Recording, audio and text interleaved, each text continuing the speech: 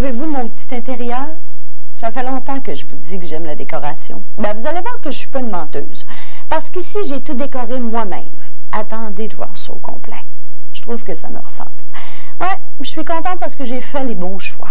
Pour vous dire que c'est pas tellement difficile de décorer soi-même. Avec quelques bonnes idées, quelques connaissances de base, c'est parfait. Puis, il faut pas avoir peur d'oser, d'essayer des affaires. Dites-vous bien qu'en décoration, il n'y a pas de bonne ou de mauvaise solution. Chaque projet est unique. Moi, je suis exactement comme vous. Hein. J'ai ma personnalité, mes goûts, mes angoisses, mes couleurs préférées, bon. Et c'est tout ça dont il faut tenir compte quand on s'embarque dans un projet de décoration. Ici, par exemple, j'ai tenu compte des pièces, des divisions, de l'architecture de la maison, des fenêtres, et j'ai choisi, parce que c'était à mon goût, et comme on le voit souvent dans ces années-ci, un mélange de styles contemporains plus modernes avec des influences victoriennes. Ça cadre bien dans l'environnement de campagne que j'aime, et ça traduit la lumière et le confort que je recherche. Vous allez voir, on retrouve du bois, des contrastes de couleurs chaudes et confortables, une belle atmosphère et des coins aménagés pour me faire plaisir. Je peux faire plaisir à mon chum aussi un petit peu en même temps. Vous pouvez faire la même chose chez vous en fonction de votre style et de vos goûts. Puis, la beauté de la décoration aujourd'hui, c'est qu'on peut se permettre beaucoup plus de choses qu'avant. Le cocooning. Vous avez déjà entendu parler de ça? Bien, le cocooning, c'est ce qui nous rappelle à la maison. C'est ce qui fait qu'on aime être bien dans nos choses, dans notre environnement.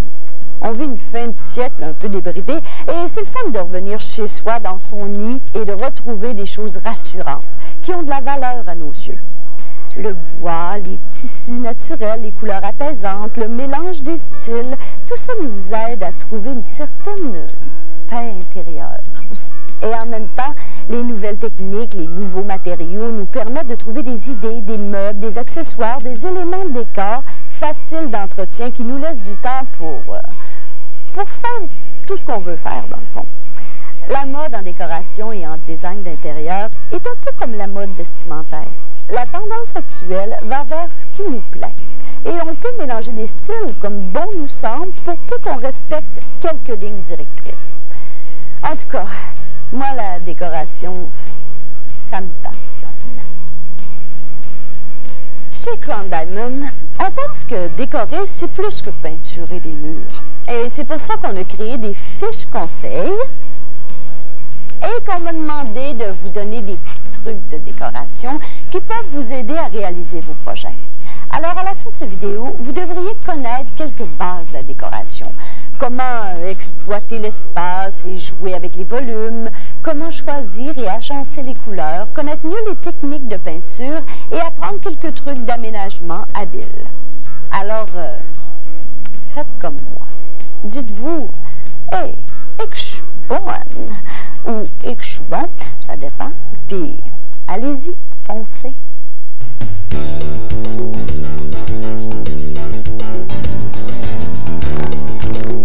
La première chose à faire, c'est définitivement de planifier son espace en fonction du résultat que l'on cherche à obtenir. Parce que justement, en décoration, tout est affaire de volume, d'espace, de proximité ou d'éloignement des choses. Planifier son espace, ça ne veut pas juste dire d'y penser. Ça veut dire aussi d'essayer des choses, de varier ses points de vue, de se faire des dessins et de tenir compte de certaines règles d'art de la décoration qui sont d'excellents guides pour vous mener à bon port. Peut-être que vous aimez les aménagements rapprochés qui donnent des allures d'intimité partout à une pièce. Ou au contraire, peut-être que vous préférez l'impression de grands espaces et des pièces dégagées qui se marient ensemble. Vous allez faire des choix et agencer des pièces en leur donnant une personnalité, mais toujours en fonction de ce qui vous plaît et du confort que vous recherchez. Il faut comprendre que tout est affaire de proportions, de couleurs et d'effets visuels. Que ce soit vos meubles, vos accessoires, vos couleurs ou votre éclairage, tout ceci va avoir une influence sur l'impression de volume et de dimension que vos pièces vont avoir. De plus, si vous êtes comme moi, vous possédez déjà sûrement des meubles ou des accessoires que vous désirez conserver ou vous comptez vous en acheter d'autres pour les intégrer à votre nouveau décor. Eh bien, encore une fois, il n'y a pas de règles précises à suivre, sauf celle de respecter les proportions et l'harmonie d'ensemble. Regardez ici ce que j'aurais pu faire avec mes meubles.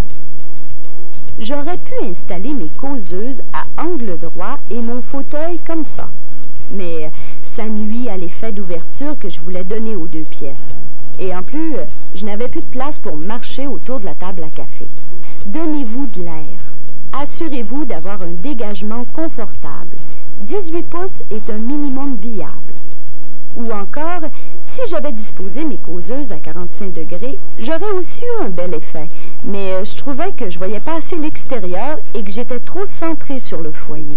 Mais voici ce que j'ai décidé de faire finalement, dans le but justement de mieux intégrer les deux pièces. En disposant mes deux causeuses face à face comme ceci, j'ai une vue ouverte sur la salle à manger, je profite de la lumière du jour pour ma lecture et ma position par rapport au foyer est adéquate. C'est une question de choix, mais aussi de volume et de proportion. J'ai dû évidemment changer ma table à café pour me donner l'espace dont j'avais besoin. Une bonne façon de varier la perception de la proportion des meubles pour les intégrer à un décor est d'utiliser des tissus et des motifs en contraste les uns avec les autres. Regardez par exemple, même si les motifs de mes causeuses sont de gros carrelés, les coussins fleuris aux motifs plus arrondis viennent égayer leur apparence et briser la rigueur de la forme géométrique. De plus, les coussins corail et vert viennent contraster avec le motif dominant du coussin fleuri pour créer un jeu de motifs et de couleurs appropriés dans mon style. Ce sont des contrastes qui restent en harmonie. Les motifs sont un bon moyen de tricher avec les volumes et les proportions. Intuitivement, un gros motif donnera du volume et de la dimension à une surface, alors qu'un petit motif aura, règle générale, l'effet contraire.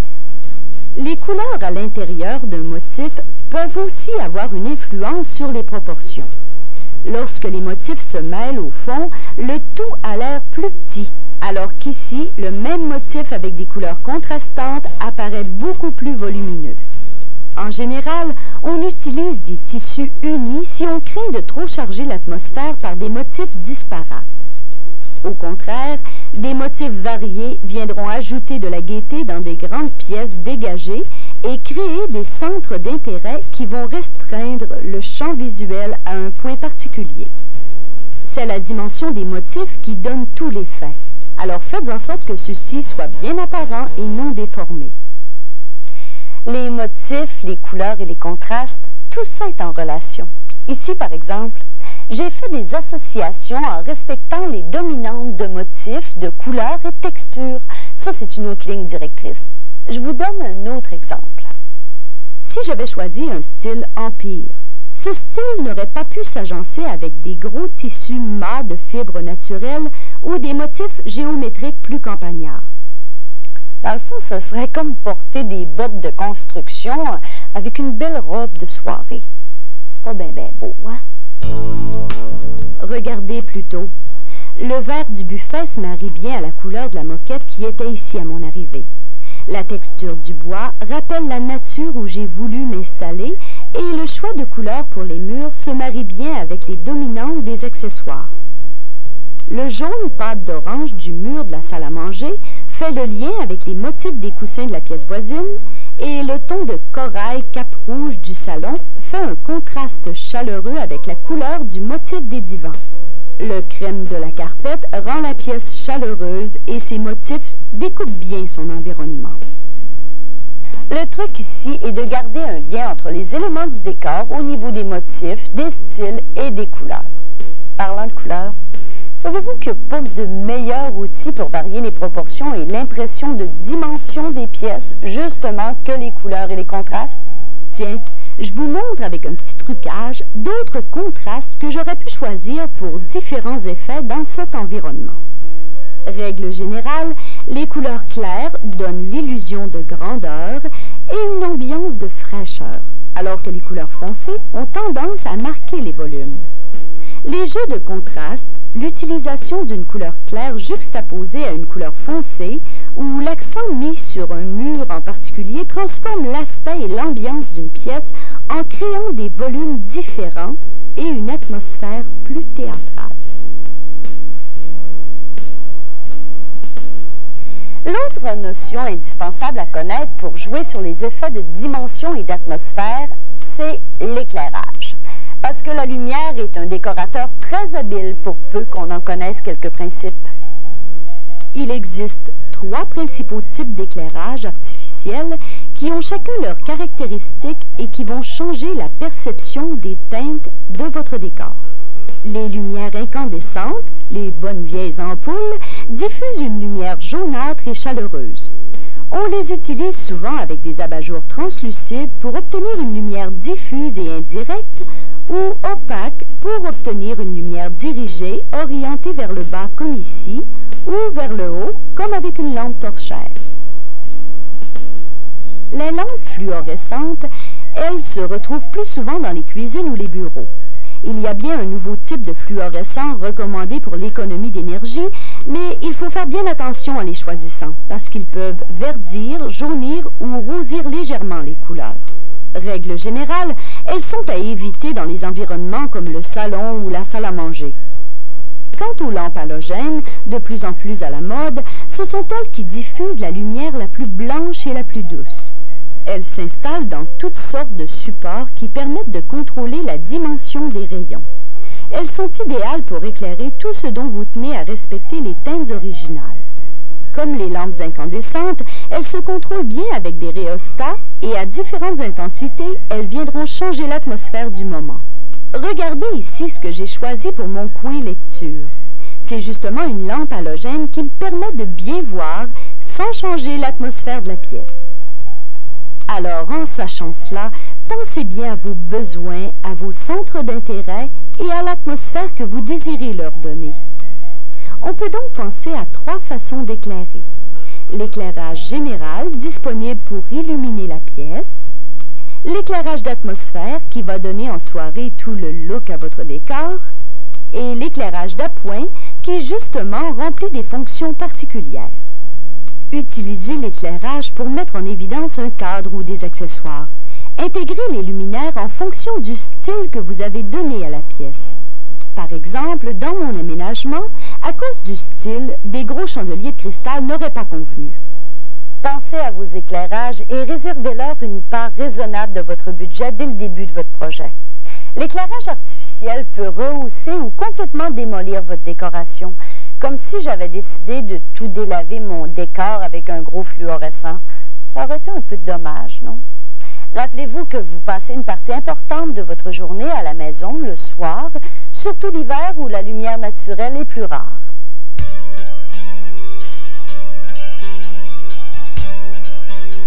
Parlant de lumière naturelle, la plus importante source d'éclairage dans une pièce reste encore l'éclairage projeté par les fenêtres. Le jour, en tout cas. Et si vous vous y êtes déjà attardé, vous savez sûrement qu'une fenêtre, c'est presque un projet de décoration en soi.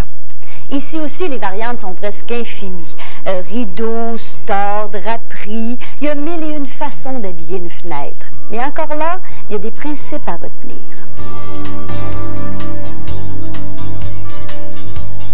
Tout d'abord, déterminez l'orientation de vos fenêtres. Les fenêtres qui font face au nord, comme ici, ne donneront jamais que de la lumière indirecte. Et c'est pour ça aussi que c'est important de ne pas les obstruer avec des rideaux ou des stores foncés ou trop opaques. Il est préférable de toujours chercher à obtenir le maximum de luminosité de ces fenêtres. Optez pour de l'habillage clair, léger ou translucide. Les teintes de jaune sont idéales pour transmettre la belle lumière naturelle. La tendance est à orner le pourtour des fenêtres en exploitant au maximum le potentiel de luminosité du centre de la fenêtre. On cherche à éviter les couleurs froides ou foncées qui vont assombrir une pièce, à moins que ce ne soit l'effet que vous recherchez. C'est à vous de décider. Rappelez-vous que les fenêtres sont votre seule connexion avec l'extérieur et la nature, alors profitez-en au maximum. Ici, vous voyez la solution que j'ai retenue pour la grande fenêtre du salon et la petite de côté. Pour la grande fenêtre du salon, j'ai choisi des panneaux de rideaux translucides installés sur une pôle métallique avec des jolis embouts décoratifs. Le blanc cassé laisse passer toute la lumière et s'harmonise aux teintes dominantes du mobilier. J'ai rajouté de chaque côté sur le mur des pinceaux de tissu imprimé qui s'harmonisent aussi à l'ensemble. Pour la petite fenêtre, j'ai retenu la pôle métallique avec le même tissu translucide. Dans ce cas-ci, j'ai utilisé des éléments de passementerie pour retenir le tissu et laisser pénétrer la lumière. Quant à ma porte patio, j'ai gardé l'idée de la pôle pour faire un tout. Les panneaux à bretelles permettent la circulation à travers la porte sans problème. Le panneau de rideau imprimé ajoute du charme à l'environnement, même s'il n'y en a qu'un, puisque l'architecture de la pièce ne permettait pas de faire autrement. L'embrasse retient le rideau comme on voit souvent. Voici maintenant quelques petits trucs pour modifier l'aspect d'une fenêtre simplement qu'avec son habillage. Pour qu'une fenêtre paraisse plus étroite, posez les rideaux de façon à ce qu'ils se rejoignent au-dessus de la fenêtre et attachez-les sur les côtés. Pour donner une impression de largeur, prolongez la tringle à rideaux de chaque côté. Ou encore, si vous voulez diminuer l'impression d'écrasement d'une fenêtre, posez une cantonnière ou un bandeau au-dessus de celle-ci. En résumé, la décoration est d'abord affaire de volume, de proportion et d'harmonie entre les éléments. Peu importe le style que vous avez choisi, ces notions sont toujours vérifiables. On planifie ses espaces, on tient compte de l'ameublement, on fait des expériences en comparant des motifs ou des textures. Et on tient compte aussi de l'effet de l'éclairage naturel et artificiel. Rappelez-vous, à toutes les fois que les textures, les teintes, les motifs ou l'aménagement changent, la perception de dimension de la pièce change aussi. Je vous ai beaucoup parlé de couleurs, de contraste et d'harmonie. Et vous devez bien vous demander comment on fait pour trouver des couleurs qui se marient bien. Ben, j'ai justement d'autres petits trucs à vous montrer.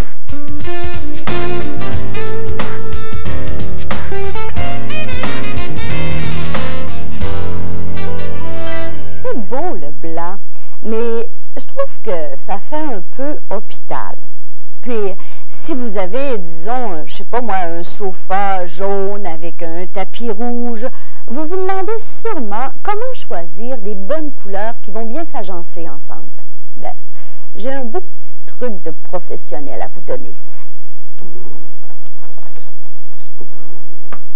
Ça ici, c'est ce qu'on appelle le cercle chromatique. C'est l'arc-en-ciel disposé en rond. Les couleurs complémentaires sont diamétralement opposées et suggèrent de très beaux mariages. Dans le cercle chromatique, les couleurs sont naturellement opposées pour créer des contrastes harmonieux. On y retrouve toujours une couleur chaude opposée à une couleur froide. Le bleu versus l'orangé ou le vert versus le rouge, par exemple. Immédiatement près l'une des autres, les teintes d'une même famille suggèrent des harmonies naturelles. La gamme des rouges, des jaunes, des verts et des bleus. En décoration, on dit que le cercle chromatique est composé de 3 couleurs primaires, de 3 secondaires et de 6 tertiaires. C'est cette relation entre les couleurs qui est à l'origine de styles bien connus comme celui de Pâques, mettant en vedette les jaunes et les violets, ou celui du Noël traditionnel avec ses rouges et ses verts. Certains autres styles de décoration mettent en évidence des couleurs bien à eux, comme le style provençal où on verra abondance de bleu et de blanc, ou le style vieille Angleterre avec ses bois foncés, ses rouges bordeaux, ses bruns et ses verts forêts. La gamme des peintures de décoration Crown Diamond comprend plus de 1200 teintes dans son nuancier. C'est vraiment pas le choix qui manque. Bon, j'ai pas l'intention de vous décrire les 1200 teintes, mais je veux quand même vous parler un tout petit peu des couleurs les plus populaires. Le bleu, par exemple, est une couleur fluide qui suggère le repos, la relaxation, la méditation. Il se marie très bien aux tons orangé ou rouge, au jaune, ainsi qu'aux couleurs de terre cuite. La combinaison du bleu et du blanc est une véritable tradition des arts décoratifs. Le bleu rafraîchit, allège et donne une impression de grande dimension. Il convient bien aux hyperactifs comme moi et à toutes vos pièces où le mot d'ordre est « relax ». Le bleu est considéré comme une couleur froide cependant, et il va amplifier cette sensation dans des pièces situées au nord où vous avez le réflexe de porter une petite veste. Ah oui, les filles, évitez-le surtout dans votre salle de bain ou autour de votre maquilleuse, parce que le bleu a vraiment la réputation de cerner le visage, puis c'est pas bien beau. Le rouge est une couleur exubérante qui favorise la création et engendre l'enthousiasme. Il stimule et donne globalement une sensation de chaleur qui enlève toute froideur à un décor. En petite quantité, il ajoute toujours de la vitalité à un environnement. Pensez-y pour les accessoires. Les rouges chauds se marient très bien avec les tons jaune et or. Le rouge ne convient pas du tout, lui, aux hyperactifs, mais il se voit souvent comme accent dans les cuisines et dans les pièces où l'activité est de mise. L'orangé, couleur complémentaire du bleu, fait un retour. C'est une couleur chaude et accueillante. On la retrouve souvent utilisée avec les verts limes et les bleus froids pour créer des combinaisons très stimulantes. L'orangé combine les rayons du rouge et du jaune, alors il garde le caractère stimulant et jovial de ses composantes. Pensez-y pour un petit bureau, une salle d'études, une salle de jeu, un hall d'entrée ou une salle familiale. Le jaune, qui lui aussi gagne en popularité, est une couleur vivifiante et tonique qui porte à la joie. Le jaune est idéal pour compenser l'absence de lumière naturelle. Il fait beaucoup d'effet lorsqu'il est associé au bleu dense. Les jaunes vifs et les noirs ont un effet graphique très moderne, alors qu'avec les verts limes, ils rendront la fraîcheur de l'été. Le jaune est l'objet de deux grands courants. Les jaunes conventionnels dans les tons ocre, qui s'agencent très bien avec le bois et les matériaux naturels. Et en plus petite quantité, les jaunes plus vifs et citronnés qui, eux, se marient à beaucoup de combinaisons de couleurs. Le vert, quant à lui, est une couleur fraîche qui symbolise l'espérance. C'est une couleur saine qui invite au repos et rappelle la nature. Marié aux teintes d'oranger, de pourpre ou de rouge, il créera des volumes intéressants et audacieux. Le vert est très en vogue dans ses tons olive, chartreuse ou plus jaunâtre. On l'associe maintenant plutôt à des teintes de bleu. Évitez-le aussi à cause des réflexions dans la salle de bain ou la cuisine. Par contre, il est très à propos en salle de séjour ou en chambre à coucher. Le blanc, quant à lui, se retrouve dans tous les décors. On l'utilise abondamment pour donner de la vivacité à toutes les couleurs. De toute évidence, son choix s'impose pour donner de la dimension à une pièce pauvre en lumière naturelle. Le blanc favorise la propagation de la lumière. Il est toujours à sa place sur les plafonds. Cependant, si on l'utilise à outrance, ses effets sont un peu fades. Eh bien voilà, avec ces notions de base en tête, vous pouvez maintenant créer des contrastes et des harmonies qui conviennent parfaitement à votre goût, à vos désirs et surtout à votre personnalité. Bien qu'actuellement la tendance soit encore aux couleurs foncées fortement contrastées, il se développe en parallèle un penchant pour les harmonies et les nuances de couleurs pastel. Mais laissez-moi vous montrer ce que j'ai fait ici. J'ai choisi de jouer avec les harmonies et les contrastes. Les harmonies sont des symboles d'équilibre qui procurent un sentiment d'ordre et de rythme.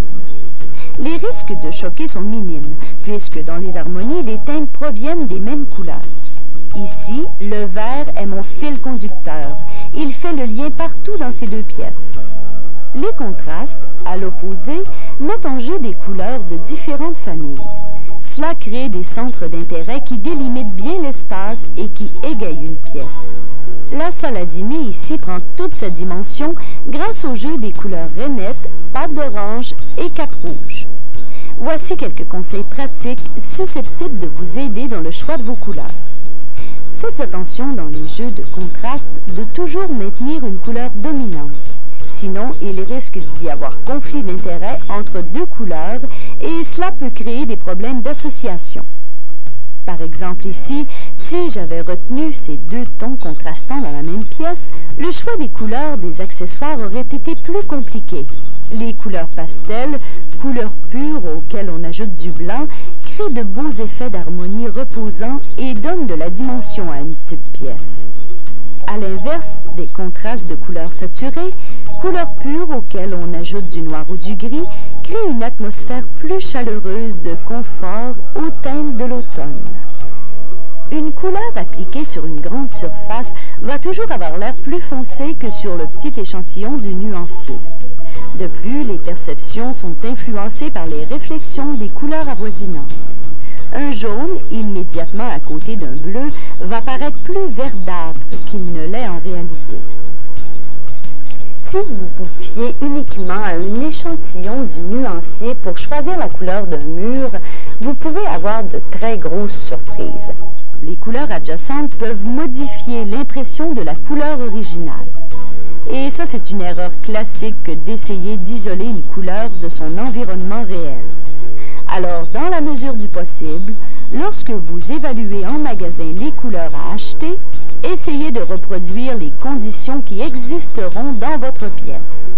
Évaluez les contrastes, l'éclairage et les réflexions avoisinantes. Apportez votre petit échantillon à la maison s'il le faut. Saviez-vous qu'il existe chez votre marchand Crown Diamond un appareil qui s'appelle un colorimètre et qui permet de déterminer la recette exacte d'une couleur de peinture à partir d'un échantillon de tissu, par exemple? N'hésitez pas à consulter votre marchand si vous ne trouvez pas la couleur exacte que vous recherchez dans le nuancier Crown Diamond. Dans le fond, il n'y a pas de limite aux coloris disponibles. Sachez aussi qu'il existe actuellement une orientation marquée dans l'utilisation des teintes. Les rouges sont plus orangés, les bleus tirent sur le violet, les bruns sont plus clairs, plus café, et les jaunes, comme je vous l'ai dit, sont soit plus ocre ou plus citronnés. De plus, tout le monde s'entend à dire que les couleurs chaudes s'approchent de vous, alors que les couleurs froides s'éloignent.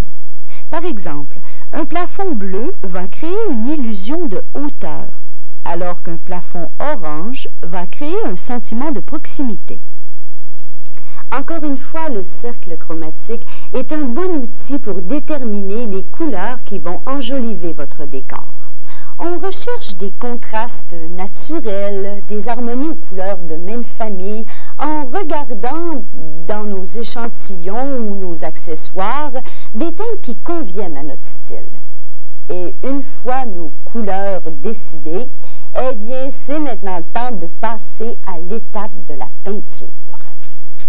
Et ça, j'aime ça.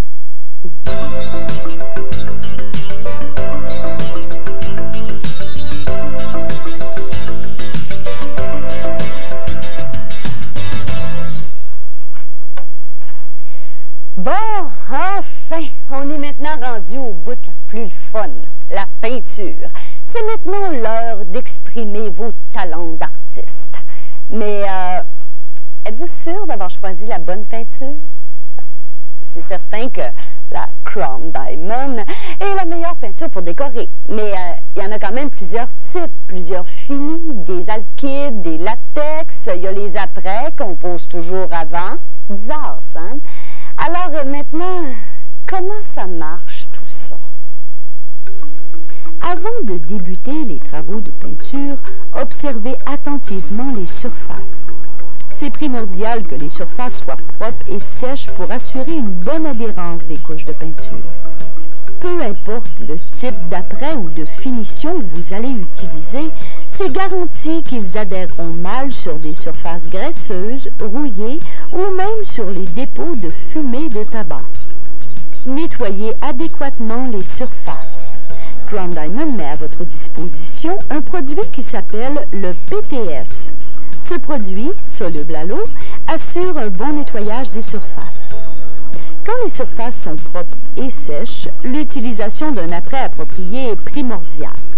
Si la surface est poreuse, comme sur un mur de placo-plâtre neuf par exemple, vous aurez besoin d'un après scelleur.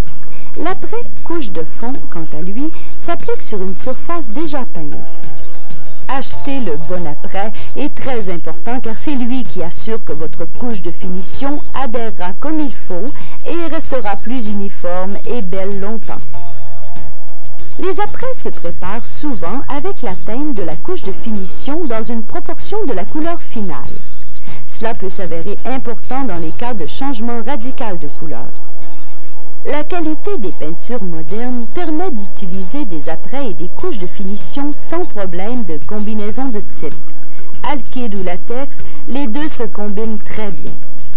La différence réside dans la composante utilisée pour rendre la peinture liquide. Tous les latex utilisent de l'eau comme solvant. Les latex d'aujourd'hui sont d'excellente qualité. Ils résistent bien à des taux d'humidité élevés, ils se nettoient bien à l'eau savonneuse et adhèrent bien aux surfaces nues. En plus, ils sèchent très rapidement de 1 à 3 heures en moyenne.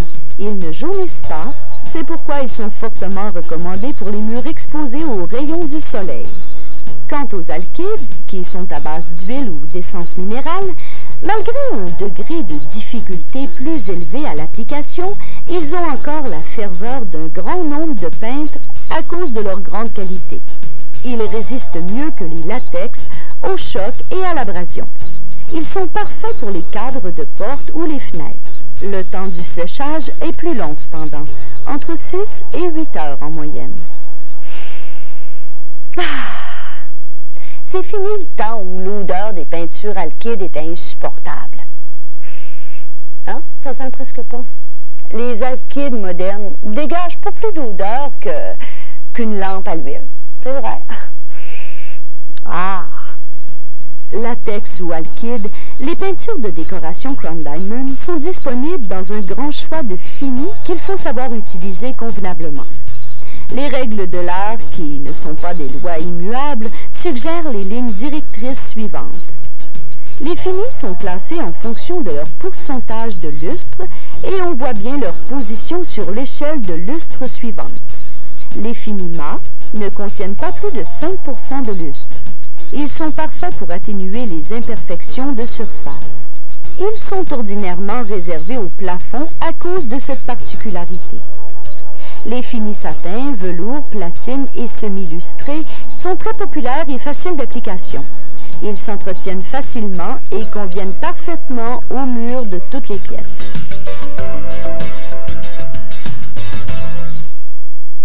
Règle générale, plus un fini est lustré, plus il est facile d'entretien. C'est pour ça qu'on l'utilise souvent dans les cuisines. Par contre, il nécessite des surfaces parfaitement uniformes à cause des reflets. La tendance veut qu'on utilise le fini le moins lustré possible, alors les recherches vont vers le développement de finis mat super lavables. Voici la gamme des produits Crown Diamond qui vous aideront à faire du bon travail. Parlant de bon travail, les outils que vous allez utiliser pour appliquer la peinture ont leur importance dans la qualité du produit fini. Ne lésinez surtout pas sur la qualité des pinceaux et rouleaux et soyez sûr qu'ils conviennent au type de peinture à appliquer. Consultez votre conseiller expert Crown Diamond en cas de doute. Il n'y a pas seulement que les pinceaux ou les rouleaux pour appliquer de la peinture. Vous pouvez facilement créer des textures très intéressantes avec des outils très simples comme, je sais pas moi, du papier chiffonné ou des éponges. Regardez ce que je peux faire. Appliquez un fond uni et laissez sécher. Puis avec une éponge naturelle et ronde, appliquez une couleur plus claire ou plus foncée pour recréer un motif. Dans mon cas, je veux imiter l'effet de travertin qu'il y a sur la tuile du foyer. Alors je laisse couler de l'eau sur la deuxième peinture pour avoir cet effet. Une fois cette deuxième peinture sèche, j'utilise la technique du pochoir pour créer un dessin. Je stabilise le pochoir avec du ruban gommé et j'applique une autre couleur pour former le dessin, et ainsi de suite en déplaçant le pochoir. J'aurais pu faire mon propre pochoir avec un carton rigide, mais dans ce cas-ci, je m'en suis procuré un tout fait dans un magasin d'art. Et voilà, le travail est fait. Et il y a les faux finis qui sont encore à la mode. En voici quelques exemples.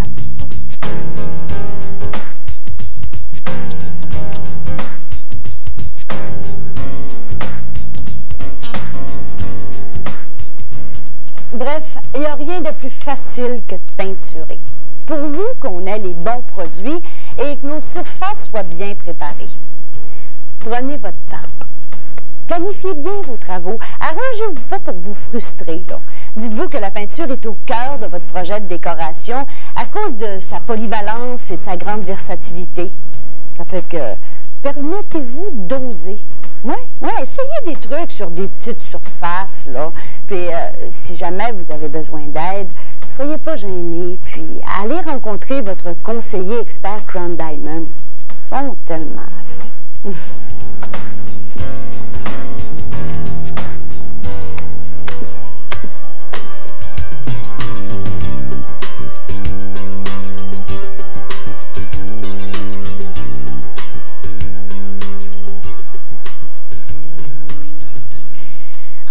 Et que c'est le fun. Puis c'est pas fini en plus. Un beau décor, c'est un ensemble de petites choses et d'objets qui viennent meubler l'environnement, qui vous rappellent des souvenirs ou qui viennent agrémenter vos états d'âme. Regardez ce que j'ai fait. J'ai utilisé l'architecture de mes pièces. Quand je suis arrivée, il y avait des reliefs ici au-dessus du foyer. Je m'en suis servi pour agrémenter le décor en les faisant contraster avec le mur cap rouge. Même chose pour la tuile autour de l'âtre. Au lieu de la masquer, j'ai voulu m'en servir pour donner du volume à ce mur où on retrouve plusieurs éléments. La tablette du foyer et sa patine servent justement à cet effet. Peut-être que c'est la même chose chez vous. Souvent, il y a dans les vieilles maisons de campagne et même dans les appartements neufs, des pièces de bois superbes qui sont apparentes et qui méritent qu'on s'y attarde. Mettez-les en valeur avec des couleurs chaudes de la même famille que celles du bois ou encore avec des teintes complémentaires comme le bleu par exemple. Autre exemple, la gorge au plafond. Je l'ai fait ressortir pour découper toute la pièce avec une couleur plus pâle qui vient faire transition avec le plafond blanc. Ici, c'est mon petit coin fleuri. J'adore les fleurs et leur coloris se prête bien à l'ensemble. Puis en plus, ça cadre bien dans mon style champêtre. En regroupant des objets et des accessoires, on crée des centres d'intérêt qui donnent de la chaleur, du confort et de l'intimité au décor. J'avoue que je suis assez fière de mon vaisselier et des objets dans la huche. On y retrouve encore les couleurs dominantes du décor en évidence.